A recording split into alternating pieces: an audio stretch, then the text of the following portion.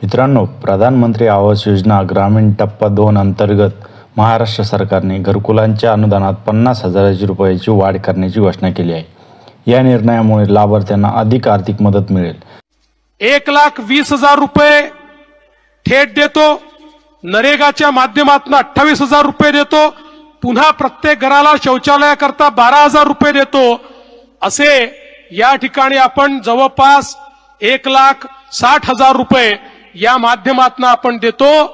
पण मध्यंतरीच्या काळामध्ये आमचे उपमुख्यमंत्री एकनाथ शिंदेजी, अजितदादा पवार, मी आणि ग्रामविकास मंत्री आम्ही एकत्रित बसलो होतो आणि आम्हाला असं वाटलं की आता याच्यामध्ये वाढ झाली पाहिजे आणि म्हणून आम्ही 50,000 रुपये अनुदानात वाढवण्याचा निर्णय घेतलेला आहे। त्यामुळे आता प्रत्येकाला 2 लाख रुपयाच्या वर या ठिकाणी घर बांधणी करता हे पैसे मिळणार आहेत। आणि यासोबत एक अजून निर्णय आम्ही केलेला आहे की तुम्हाला जसं मोफत घर मिळालं पाहिजे तसं त्या घरामध्ये मोफत वीज देखील मिळाली पाहिजे।